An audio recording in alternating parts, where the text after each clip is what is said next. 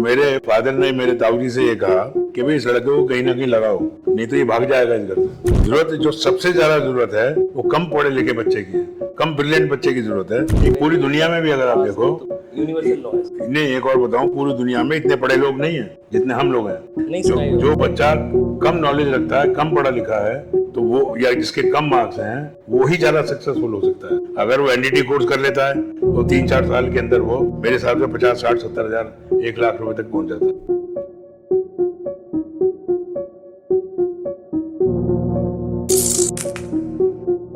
So good morning everyone, और आपका स्वागत है एक बिल्कुल ब्रांड न्यू इंटरव्यू में। और आज हमारे साथ है एक बहुत बड़ी हस्ती, all India metal forging association के president Brajesh Agrawal ji. Welcome sir. Thank you भैया, थैंक यू। कैसे हो सर आप? बहुत बढ़िया जी, बिल्कुल एकदम फिट। सर आप मुझे देख के बात कर सकते हो? हाँ बिल्कुल, कोई बात नहीं, क्या हो गया। बिल्कुल रॉ रहना है आपको। तो सर आप मुझे पहले अपनी जर्नी के बारे में बताइए सर, क्योंकि जब भी मैं किसी एक ऐसी हस्ती से मिलता हूँ जिनकी काफ़ी लाइफ में बड़ी अचीवमेंट्स होती हैं, तो उनसे मिलके काफ़ी इंस्पिरेशन मिलती है।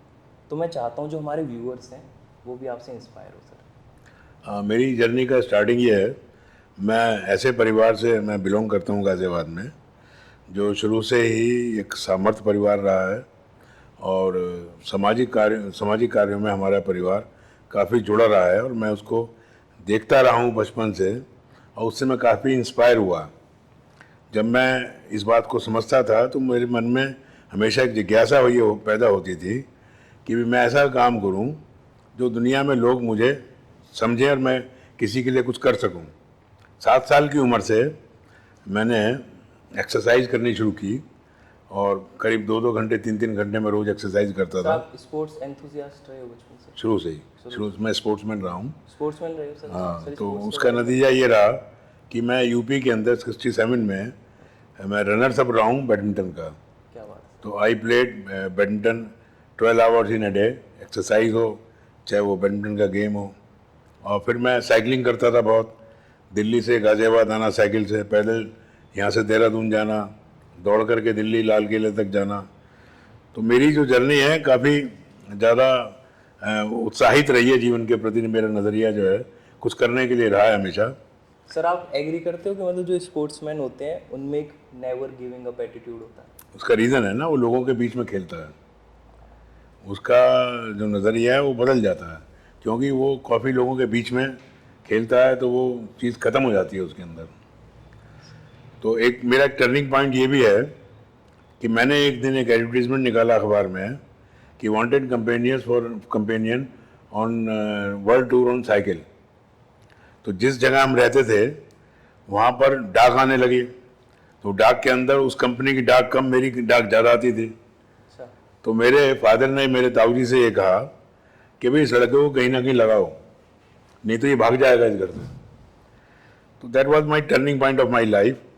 तो हुआ क्या, फादर ने फिर मुझको एक ऐसी जगह लगाया कि भाई ये ऐसी इंडस्ट्री है, ये इसके अंदर शुरू से लेकर के आखिर तक तुझे ये काम करना है। मैंने कहा जी मैं ठीक है, चैलेंजिंग, मैंने उसको एक्सेप्ट किया क्योंकि स्पोर्ट्समैनशिप में लिया उसे पूरा। स्पोर्ट्समैन ही रहा मैं। उसके अंदर I work for about 25 years, 20 hours in a day, क्या बात है। और सही। With full knowledge. और during after my graduation in engineering, foundry forge technology, 1973 का ग्रेजुएट इंजीनियर हूँ मैं। That course was the unique course in the India, the first graduate engineer. या तो उसके नतीजा ये हुआ, मेहनत तो मैं करता ही था बीइंग ए स्पोर्ट्समैन, साथ साथ मुझे एकेडमिक नॉलेज भी थी, हो गई थी, और फिर मैं कुछ आगे बढ़ता भी रहा। कुछ मैंने काम ऐसे भी किए अपने ड्यूरिंग माय बिजनेस जर्नी कि मैंने वो ऐसे प्रोडक्ट डेवलप किए जो हिंदुस्तान में बहुत कम लोग इसको बना पाते थे। जैसे कि ring forging, hollow forging. Sir और मतलब रिंग फोर्जिंग, होलो फोर्जिंग, और मतलब एक्सप्लेन कर सकते हो थोड़ा सा? थोड़ा जिसमें होल होता है वो हॉलो फोर्जिंग कहलाती है। रिंग फोर्जिंग वो होती है जिसमें बोर जो है ज़्यादा होता है, वो डेवलप किए। उसके बाद डाई फोर्जिंग मैंने कंपोनेंट डेवलप किए ओपन फोर्जिंग के अंदर, क्योंकि मैं हमारे जो व्यूअर्स होते हैं ना वो काफ़ी मतलब पेरेंट्स भी होते हैं। सो पेरेंट्स के साथ क्या है, उन्हें इतनी नॉलेज नहीं होती है, तो उनके लिए मैं मतलब बोल देता हूँ। मैं बताता हूँ उसके लिए सबसे बड़ी बात क्या है। जो मेरा कंक्लूजन है, जो आपने क्वेश्चन रेज किया है, पढ़ाई लिखाई बहुत ज़्यादा जरूरी नहीं है, सबसे ज़्यादा जरूरी है प्रोफेशनल ट्रेनिंग, सबसे ज़्यादा जरूरी है इंडस्ट्रियल ट्रेनिंग। अगर आप एक हाई स्कूल बच्चा है, अगर आप उसको प्रोफेशनल ट्रेनिंग दे देते हैं, वो हो सकता है बीटेक एमटेक से ज़्यादा कामयाब हो। देखिए बात, मैं अभी वही बात पे आता हूँ, मैं जो व्यक्ति बहुत ज़्यादा ब्रिलियंट है वो जाए रिसर्च के अंदर, वो जाए किसी और ऐसे काम के अंदर जिसके नेशन की ज़रूरत है, समाज को ज़रूरत है। इसकी ज़रूरत जो सबसे ज़्यादा ज़रूरत है वो कम पढ़े लिखे बच्चे की है, कम ब्रिलियंट बच्चे की ज़रूरत है, क्योंकि उसकी एक्सेप्टेंस लेवल ज़्यादा होती है। अगर आप किसी ब्रिलियंट बच्चे के सामने कोई बात करोगे तो वो क्वेश्चन करेगा। जब आदमी जो क्वेश्चन करता है, मैं ये नहीं कह रहा हूँ कि क्वेश्चन करना गलत है, लेकिन उसका सब्जेक्टिव नॉलेज उसको नहीं होती है। वो बात करता है कि जिसको उसका पता है, जो पढ़ता है वो। हमें वो आदमियों से मिलना है समाज के अंदर, उन लोगों को जानना है जो कम जानते हैं, जो हमारी बात को समझ लें, हमारी बात को सुन लें। तो वो आदमी जब तक हमारे सामने नहीं रहेंगे, जब तक हम उसको मोल्ड नहीं कर पाएंगे, उसके करेक्टर को, उसकी नॉलेज को, उसके कैरियर को हम मोल्ड नहीं कर पाएंगे। तो मेरा इसमें ये कहना है कि भाई बहुत ज़्यादा पढ़ा लिखा के बच्चों को कोई फ़ायदा नहीं है इनको। सर अब मतलब कुल मिलाकर आप मतलब जो आपका सब्जेक्टिव ओपिनियन कह सकते हैं, जो आपका सब्जेक्टिव ओपिनियन है वो ये है कि जो not so called so much intelligent जो बच्चे होते हैं उनको मोल्ड करना इतना ईजी नहीं होता in these professional fields as compare to उन बच्चों को जो इतने अच्छे अकेडमिकली इतने अच्छे नहीं होते, उनको मोल्ड करना ज़्यादा ईजी आसान है, आसान होता है। सर हाँ, कम ये तो point कम पढ़े लिखे बच्चों को भी आप 8वीं पास, हाई स्कूल पास, इससे इंटर फिर पास। वो वाली चीज़ हो जाती है ना, मतलब एक कहावत है ना कि एक जो घड़ा है वो जब पक जाता है उसे मोल्ड करना हाँ ठीक और बात, टूट जाता है, टूट जाता है। और जो घड़ा पका हुआ नहीं है उसे मोल्ड करना इजी होता है। तो नहीं, पूरी दुनिया में भी अगर आप देखो, तो यूनिवर्सल लॉ है सर। नहीं एक और बताऊं, पूरी दुनिया में इतने पढ़े लोग नहीं हैं जितने हम लोग हैं।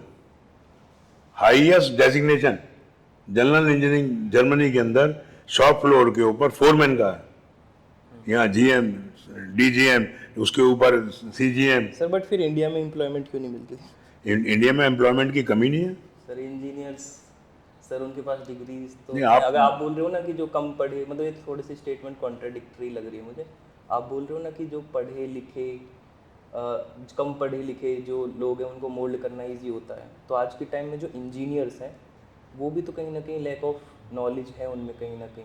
अब दूसरी तो बात फिर भी वो अनएम्प्लॉयड है, तो उन्हें तो मोल्ड करना इजी होना देखो, चाहिए। अनएम्प्लॉयड होना और लैक ऑफ नॉलेज होना दोनों बात अलग है। मैं ये कहना चाह रहा हूँ, जिसके नंबर अच्छे हैं, अबव 70% हैं, उसको तो एम्प्लॉयमेंट मिल जाएगी ना, कैंपस इंटरव्यू में मिल जाएगा उसे। आपने इंजीनियर की बात की है तो। बट सर ज़रूरी थोड़ी इसमें नॉलेज हो, मार्क्स तो ऐसे भी आ सकते हैं, रट के भी आ सकते नहीं देखिए, नॉलेज मार्क्स जो है बिना समझ के नहीं आते। अब नहीं है वो बात, हमारे टाइम में थी वो बात, क्योंकि हम पढ़ते थे उसको लिखते थे।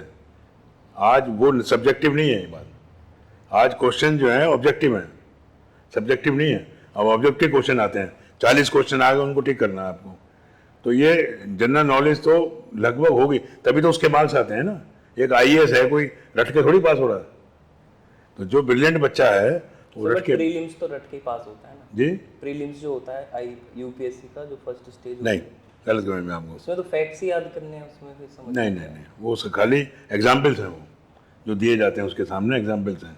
मैं तो इंटरव्यू देखता हूँ ना, पीसीएस के, आईएएस के, जो इनको पढ़ाते हैं मैं देखता हूँ, ऐसा नहीं है बिल्कुल। सब थर्ड स्टेज पे आके मेंस में समझने की चीज़ होगी, बट प्रीलिम्स में तो एमसीक्यू तो सारे रटने ही होते हैं। खैर, मेरे बीच में और आपके बीच में बात ये हम ना डिस्कस करें।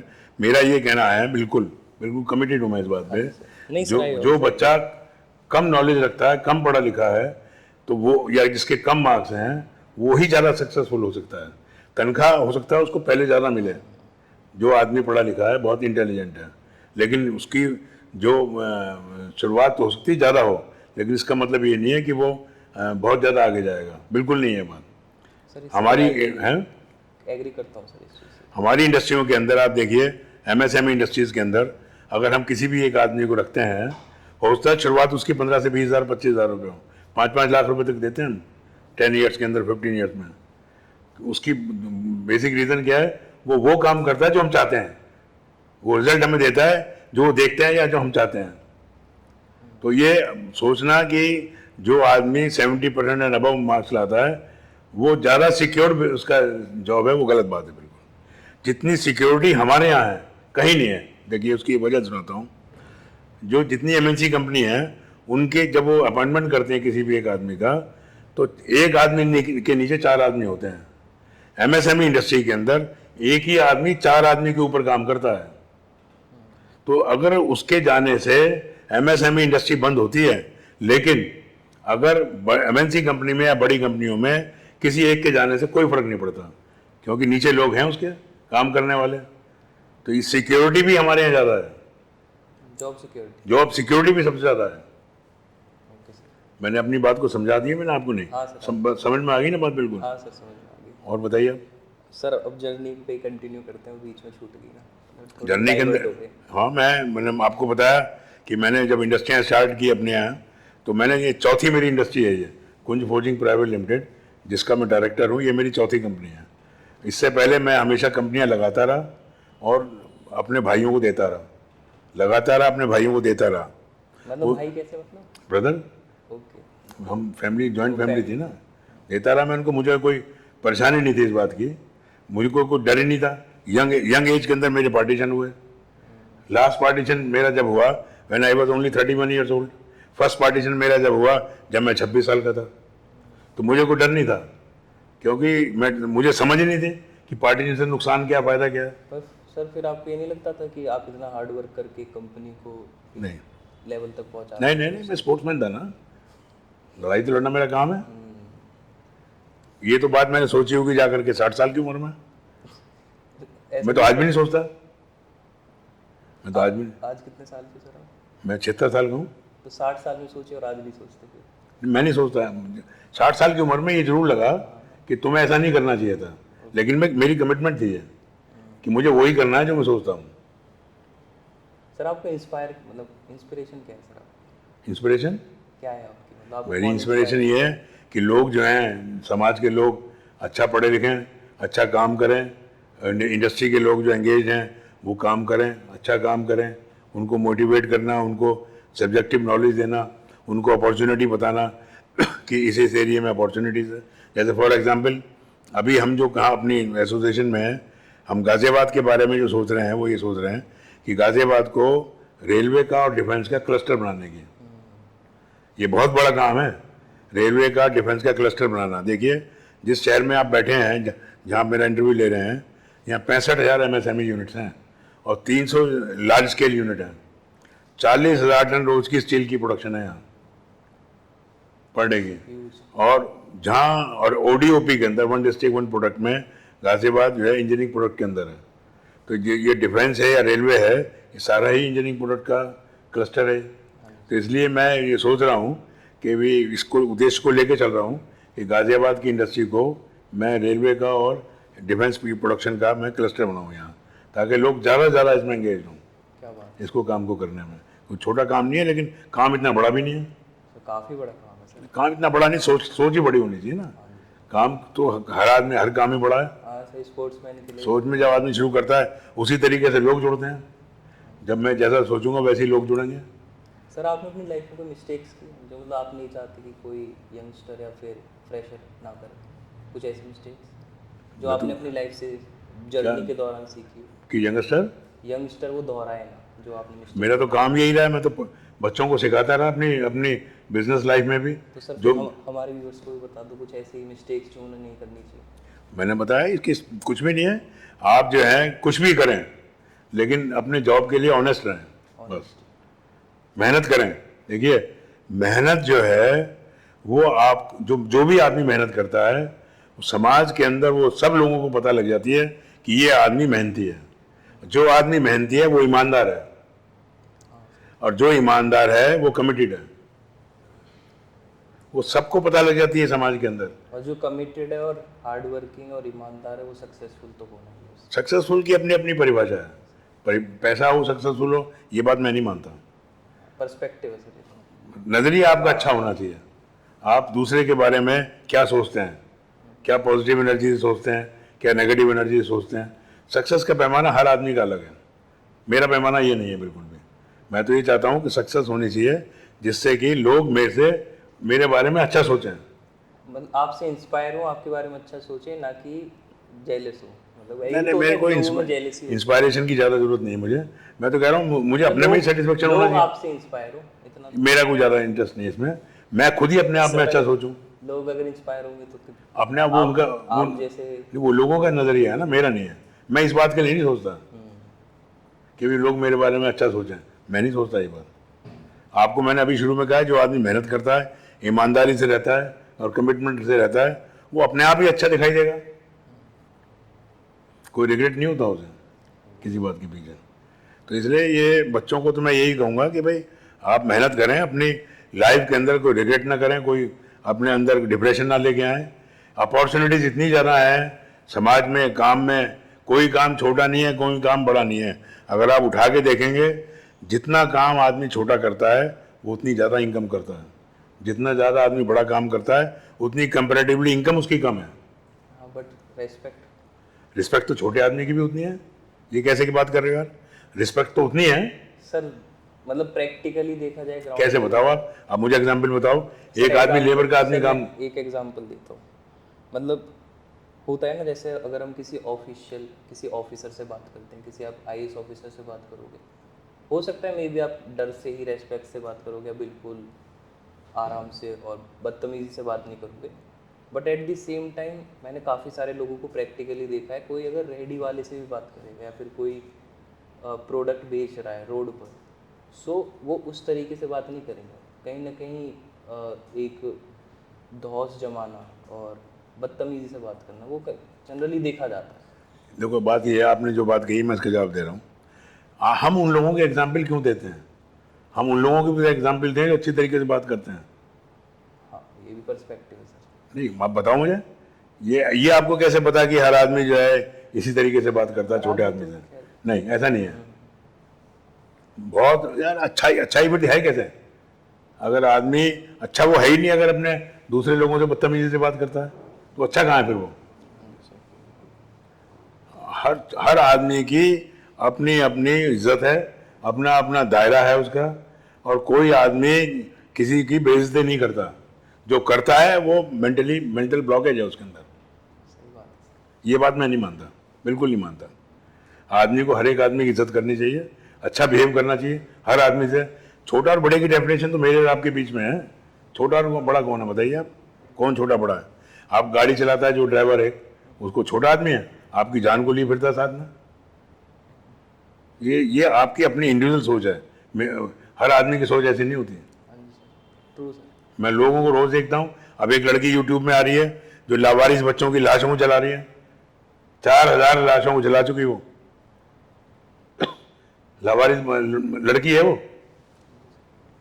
तो ये सब अपने अपने नजरिए हैं देखने के। एक आदमी क्रिमिनल है तो वो अपने हिसाब से देखता है, एक आदमी समाज सेवी अपने हिसाब से देखता है। ऐसा कुछ नहीं है, बिल्कुल नहीं है। ये बिल्कुल निकाल दो अपने दिमाग से कि कोई आदमी किसी को जो छोटा काम करता है उसको घृणा की दृष्टि से देखता है, बिल्कुल नहीं। अगर देखता है वो साइकोलॉजिकल केस है। सर अब एक बात कर लेते हैं फोर्जिंग इंडस्ट्री की। हाँ बताओ। सर अगर एक लेमैन हूँ मैं, तो मेरे को नॉलेज नहीं है इस इंडस्ट्री के बारे में कुछ भी, और मुझे इस इंडस्ट्री में एंटर करना है और यहाँ पर काम करना है, सो मैं शुरुआत कैसे कर सकता हूँ? कौन से अगर कोर्सेज आप बता पाओ या फिर क्वालिफिकेशंस आप बता पाओ कुछ, तो कैसे मैं स्टार्ट करूँ और कैसे मैं टॉप तक पहुँच सकता हूँ? बहुत आसान है। फोर्जिंग इंडस्ट्री में अगर आपको एंटर करना है, आप हाई स्कूल पास हो, इंटर पास हो, बीएससी पास हो, आईटीआई हो, डिप्लोमा हो, आप हमारे पास आइए, हमारी एसोसिएशन में आइए।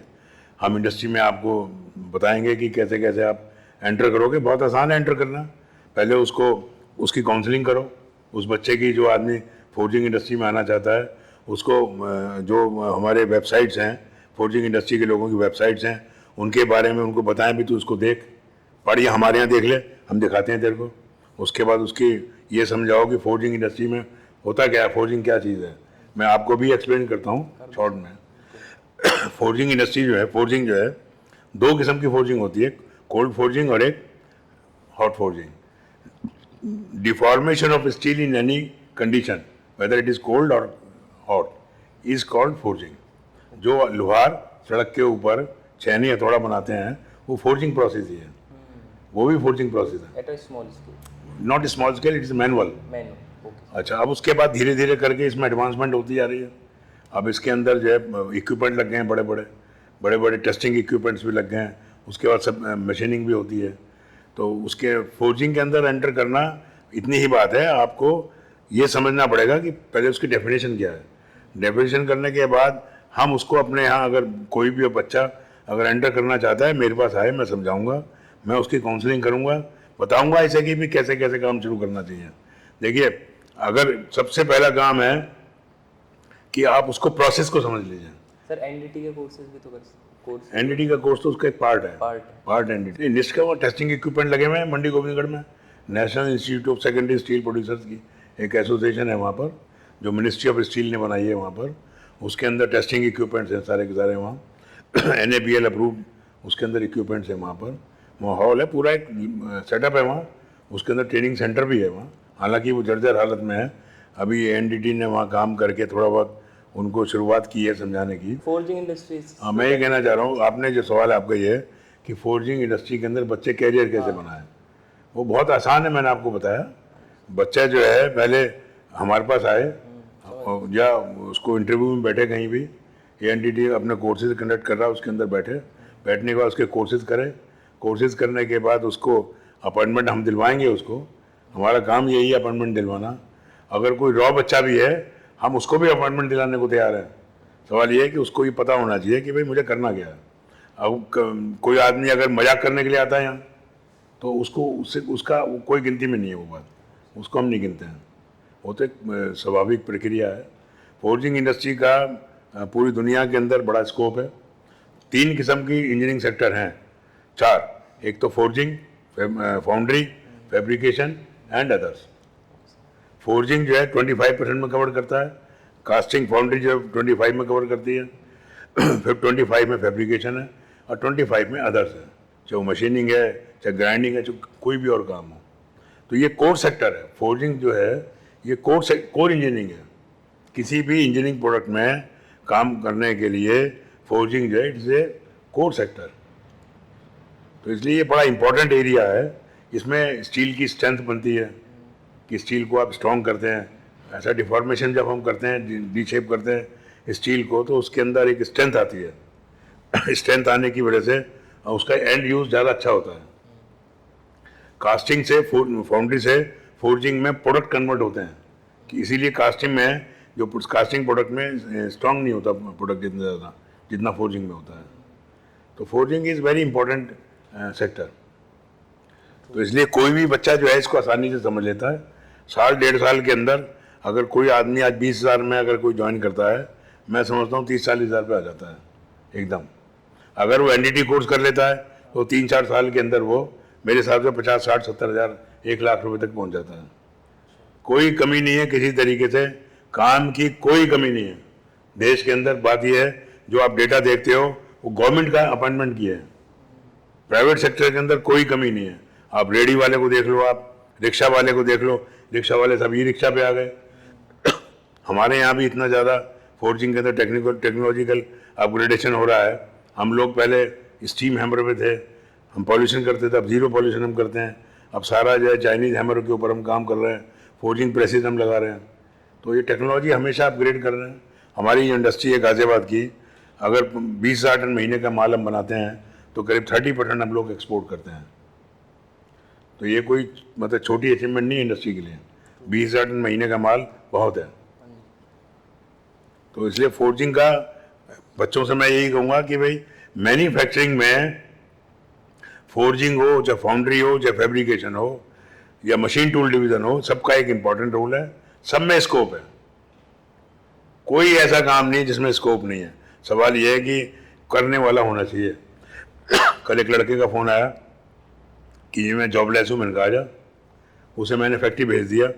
मैंने कहा भाई तू जो है पैकिंग में एरिया में काम कर रहा है काम। अब ये देख लेना 4 साल के बाद अगर मैं उस लड़के से आपको मिलवाऊंगा तो 30,000 तनख्वाह होगी उसकी, बशर्ते वो काम करेगा। अगर जो भाग जाएगा तो उसका क्या कहूँगा मैं। अब आपके जर्नी पर वापस आते हैं, वहाँ बार बार डेविएट हो रहे हैं हम।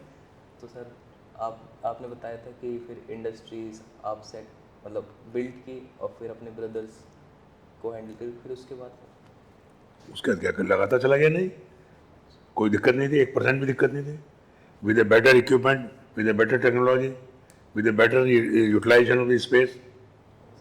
क्योंकि एक आदमी जिस काम को करता है उसके बाद जब दूसरे काम में जाता है तो समझता है कि पहले में क्या कमी थी और अब क्या कमी है, तो उसको ठीक करता है ज़्यादा। लोगों से मिलता भी उसी हिसाब से है।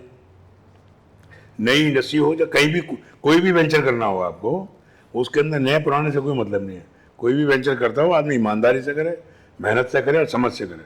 डिवीजन तो एक पार्ट है, मैंने बता दिया आपको, उसमें इसका कोई मेरी जर्नी में रोल नहीं है। हर डिवीजन के अंदर मैं आगे बढ़ा हूं क्योंकि मैं चैलेंज लेता था।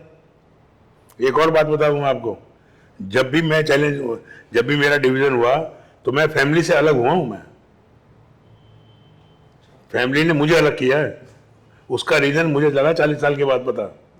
क्या था सर रीजन? रीजन ये बताया कि ये कर लेगा, बाकी लोग नहीं कर पाएंगे। ये थोड़ी बात समझ रहे हो आप? मेरे ऊपर जो भरोसा था फैमिली मेंबर्स का कितना ज्यादा रहा होगा कि इसको अलग कर दो, ये खड़ा हो जाएगा और नहीं खड़े हो पाएंगे। ये एक अपने में मेरी जर्नी है। ये क्या बात है सर, थैंक यू सर। नहीं कुछ नहीं, क्या है थैंक यू, क्या है, तो बहुत छोटी छोटी बातें हैं। आप देखिए जिस शहर में आप बैठे हैं 2-2.5 लाख बच्चा पर ईयर का निकलता है। ये कहाँ जा रहा है? हमने अपनी एसोसिएशन में GNDT का कोर्स चालू किया हुआ है। यहाँ बच्चे क्यों नहीं आते हैं? आप ये सोचिए क्यों नहीं आते हैं यहाँ? इसलिए नहीं आते, वो सोशल मीडिया पे बैठे हैं। उनके अंदर उनको ज़्यादा इनकम है। आप जाइए बाहर रिक्शा वाले को देखिए, वो उसमें लग रहा होगा मोबाइल में। अगर उससे आप कहो भी तू यहाँ जा, नहीं आएगा, क्यों? कमा रहा है वहाँ। तो हमारे यहाँ इसलिए एडमिशन की रेशो कम है क्योंकि बच्चे को ज्ञान नहीं है। अब आप देखिए लोगों को अगर बताओगे तुम कि भाई NDT क्या चीज़ है, तभी तो लोग आएंगे, उसके बारे में बताया जाएगा। हमने एक एकेडमी स्टार्ट की थी, SN एकेडमी, आज से 4 साल पहले। उसके अंदर हमारा उद्देश्य ये था कि भी जो बच्चे इंजीनियरिंग या डिप्लोमा कर लेते हैं उनको रिफाइन करने के लिए, ready to use to the industry, हम उनको ट्रेनिंग दें वहाँ पर। 6 महीने तक हर कॉलेज में क्या जवाब किया, एक बच्चा नहीं आया। उसकी वजह सुनिए क्या है।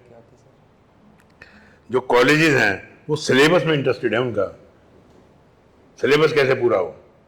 उनका ये इंटरेस्ट नहीं है कि बच्चे को जॉब कैसे मिले।